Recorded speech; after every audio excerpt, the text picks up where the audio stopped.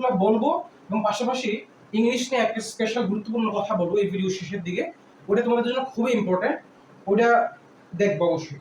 আর হচ্ছে তোমাদের ইংলিশের মধ্যে তোমরা সবচেয়ে বেশি প্যারা খাবে একটা টপিক নিয়ে, সেটা হচ্ছে সিনোনিম অ্যান্টোনিম নিয়ে। সিনোনিম অ্যান্টোনিম কিভাবে কোন স্ট্র্যাটেজি ওয়াইজ ফলো করলে তোমরা খুব সহজে কমন পেতে পারো সেটা আমি তোমাদেরকে বলবো। তো সিরিয়ালে আসি। তোমরা প্রথমে যে টপিকটা পড়বা সেটা হচ্ছে পার্টস অফ স্পিচ। এটা হচ্ছে খুবই ইম্পর্টেন্ট একটা টপিক। এখানে সবকিছু পড়ার দরকার নেই, তোমার যদি নাউন, ভার্ব, অ্যাডভার্ব এবং অ্যাডজেক্টিভ এই কয়েকটা টপিক খুব ভালো মতো ক্লিয়ার থাকে তাহলে তোমার পার্টস অফ স্পিচ ভালো মতো মিনস তোমার ক্লাস 6, 7, 8 অথবা এসএসসি লেভেলের মোটামুটি একটু ক্লিয়ার থাকতে হবে, এটা অ্যাডভান্স দরকার। এখানে কিরকম কোয়েশ্চেন আসে, যেমন ধরো হি রানস ফাস্ট। এখানে ফাস্ট কি? দ্রুত। ফাস্ট মানে হচ্ছে দ্রুত। এখানে ফাস্ট হচ্ছে রান, দৌড়ানোকে মডিফাই করছে, সে দ্রুত দৌড়ায়। এখানে দ্রুত শব্দটা দৌড়ানোকে মডিফাই করছে। তো এখানে দ্রুত হচ্ছে অ্যাডভার্ব, হ্যাঁ, কারণ সে রানকে মডিফাই করছে, ভার্বকে মডিফাই করছে। তো এরকম সিম্পল কোশ্চেন আসে, বুঝছো? এরকম বিষয় তোমাদের ক্লিয়ার থাকলে তোমার পার্টস অফ স্পিচে পেয়ে যাবে। তারপর হচ্ছে তোমার নেরেশন অথবা ভয়েস। নেরেশন অথবা ভয়েস থেকে একটা কোশ্চেন আসার সম্ভাবনা 99.9999% ধরে নিতে পারো, মানে অলরেডি আশা করছে। আরেকটা হচ্ছে right form of verb. Right form verb SSC মধ্যে তোমরা যে রুল ওয়াইজ রাইট ফর্ম ভার্বগুলো পড়ে আসছো অথবা কোশ্চেন ব্যাংক খুললে তোমরা যে রাইট ফর্ম ভার্বগুলো পাবা সেগুলো তোমরা অবশ্যই রুলস ডিটেলস পড়বা, সেগুলো থেকে আসবে। এবং বিগত বছর থেকে যে রুলস, বিগত বছরে যে রুলসগুলো থেকে এসেছে এক্স্যাক্টলি সেই রুলসগুলো থেকে তারা কপি করে। যেমন ধরো এখানে কি রাইট ফর্ম ভার্ব আসতে পারে, যেমন ধরো একটা কোশ্চেন আছে এরকম, it's high time we change. এখানে চেঞ্জে কোন ফর্ম হবে? প্রেজেন্ট ফর্ম হবে নাকি পাস্ট ফর্ম হবে না পাস্ট পার্টিসিপল হবে? এখানে হচ্ছে তোমার পাস্ট ফর্ম হবে, it's high time we changed ourselves. এখানে চেঞ্জড হবে, বুঝছো? এই বিষয়গুলো তোমরা মোটামুটি কোশ্চেন ব্যাংক ঘাটলে ওখান থেকে যে টাইপগুলো এসেছে রাইট ফর্ম ভার্বের, এখান থেকে হাতে গোনা তোমার 8 থেকে 9টা টাইপ এসেছে রাইট ফর্ম ভার্বের। হ্যাঁ, এটাগুলো তোমার রুলস ডিটেলস বুঝে শুনে কয়েকবার প্র্যাকটিস করবা। আর একটা হচ্ছে তুমি টেন্স, টেন্সের মধ্যে তোমার present perfect tense, present perfect continuous tense, past perfect tense, past perfect continuous tense, এই চারটি টেন্স কিন্তু সবচেয়ে বেশি ইম্পর্টেন্ট। সে সকাল থেকে পড়ছে অথবা আমি এই স্কুলে 2010 সাল থেকে পড়ছি, এই যে উদাহরণগুলো এগুলো হচ্ছে তোমার খুব ইম্পর্টেন্ট। তারপরে কারেকশন, কিছু ভুল দিয়ে দিতে পারে, তোমরা এগুলোকে সংশোধন করতে হবে। যেমন ধরো ইটস বেটার গো নাও, বুঝছো? এখানে ইটস বেটারের পরে গো মানে প্রেজেন্ট ফর্ম হয় বা ভার্বের একটা ফর্ম হয়। তোমাকে দিয়ে দিবে, বলবো যে ইটস গোর পরে তোমার গান দিয়ে দিবে, হ্যাঁ, বা ওয়ান্ট দিয়ে দিবে, এটাকে সংশোধন করে তোমাকে গো দেখাতে হবে, বুঝছো? এটা হচ্ছে কারেকশন। তারপর তোমার ট্রান্সফরমেশন। ট্রান্সফরমেশনটা তোমরা সিম্পল যে ট্রান্সফরমেশন আছে যে ডিগ্রি, বুঝছো? এই ডিগ্রিগুলো ভালো করে দেখে যাবে। আর last but not least most important এবং তোমার সবচেয়ে প্যারা খাও যে টপিকে, সেটা হচ্ছে তোমার সিনোনিম অ্যান্টোনিম সবচেয়ে বেশি ঝামেলা করো। এই সিনোনিম অ্যান্টোনিমটা পড়ার জন্য আমার সাজেস্ট থাকবে তোমরা এই সবগুলা সোর্স কোড থেকে পড়বা। এবং তোমাদের রেফারেন্স বুক হচ্ছে কৃষি প্রশ্ন ব্যাংক 2000। আমি ইউজুয়ালি পড়ার অব্দি বলি, কিন্তু ইংলিশ পার্টটা যেহেতু তোমরা ইংলিশের জন্য অন্য কোনো বই পড়বা না, সেক্ষেত্রে কৃষি প্রশ্ন ব্যাংক 2012 অব্দি তোমরা সব কোশ্চেন ব্যাংকের প্রত্যেকটা কোশ্চেন বুঝে শুনে সলভ করবা। এটা হচ্ছে তোমার এগুলা ওইখান থেকে পড়বা, কৃষি প্রশ্ন ব্যাংক 2012 অব্দি পড়বা। আর সিনোনিম এর জন্য আমার একটা স্পেশাল সাজেশন থাকবে, সেটা হচ্ছে কৃষি প্রশ্ন ব্যাংক এগ্রি কোশ্চেন ব্যাংক, সেটা তো 2012 অব্দি দেখবাই। পাশাপাশি বিসিএস অ্যাটলিস্ট 10 বছর, লাস্ট 10 ইয়ার বিসিএস লাস্ট 10 বছরে যত সিনোনিম অ্যান্টোনিম প্রশ্ন আসছে, কোশ্চেনে যে শব্দটা দেওয়া থাকে যে অমুক শব্দের অর্থ, সেই শব্দের অর্থ তো জানবাই এবং অপশন 4টা থাকে, এই প্রতিটা অপশনের অর্থ সহ একটা খাতার মধ্যে লিস্ট করবা।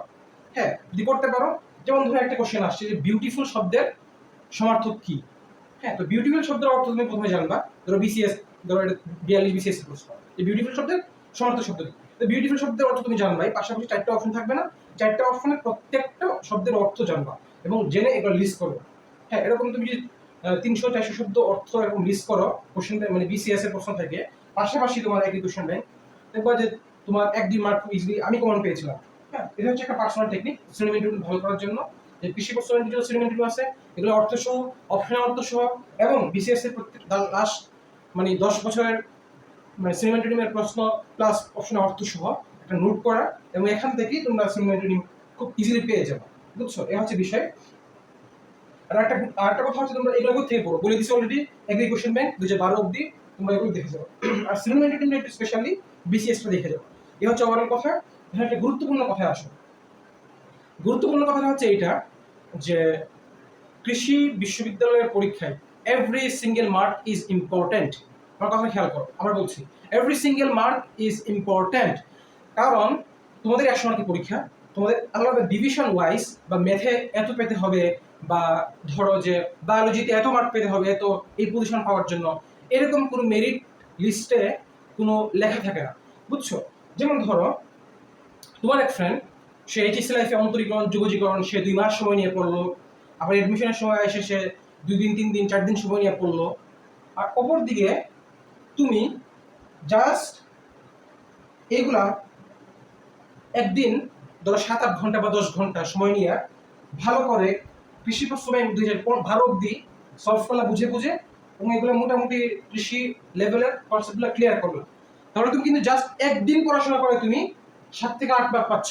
আর তোমার ওই ফ্রেন্ড 2 মাস পড়াশোনা করে সে 2 মার্ক পাচ্ছে বা 3 মার্ক পাচ্ছে, বা অন্তরীকরণ যোগাযোগীকরণ মিলা যদি 4 মার্ক আসে 4 মার্ক পাচ্ছে। খেয়াল করো, এখানে কিন্তু তুমি আগায় যাচ্ছ। আমার কথা আশা করি বুঝতে পারছো, হ্যাঁ? যে ওই একজন সে জৈব যুগ থেকে মানে 2 দিন 3 দিন 5 দিন 7 দিন সারাদিন পরে সে 2 মার্ক 3 মার্ক পাবে, আর তুমি জাস্ট ভয়েস ক্লারেশন 8 মার্ক বা আধা ঘন্টা পরে তুমি 2 মার্ক পাচ্ছ, এবং তার 2 মার্কের মূল্য তোমার 2 মার্কের মূল্য এক্স্যাক্টলি সেম, ইকুয়াল। আমার কথা হচ্ছে এটাই, তোমাদেরকে যদি কেউ বলে যে কৃষি হচ্ছে ইংলিশ এমনি এমনি হয়ে যাবে, ইংলিশে পড়ার দরকার নাই অথবা বাকিগুলোর দিকে ফোকাস করো, ভুল। কারণ হচ্ছে every single mark is important. তুমি এখানে ভয়েস ক্লারেশন থেকে যে 1 মার্ক পাচ্ছ, আর ওইদিকে তুমি যোগাযোগীকরণের ক্ষেত্রফলের অঙ্ক সেই কঠিন অঙ্ক করে 1 মার্ক পাচ্ছ, ইকুয়াল মার্ক, ইকুয়াল প্রেস্টিজ। আশা করি আমার কথাটা বুঝছো। এবং ইংলিশ সাজেশন এমনি হয়ে যাবে, আকাশ থেকে নাজিল হবে, এমনি হয়ে যাবে, ভাগ্যে যা আসবে তাই হবে, এভাবে না। অ্যাটলিস্ট আমার পরামর্শ হবে তোমার প্রতি, ইংলিশের ক্ষেত্রে ইংলিশটা গুরুত্ব দিবে, এবং তোমার টার্গেট যেন থাকে খুবই হাই, যে 8 মার্ক 9 মার্ক এখান থেকে পাবো।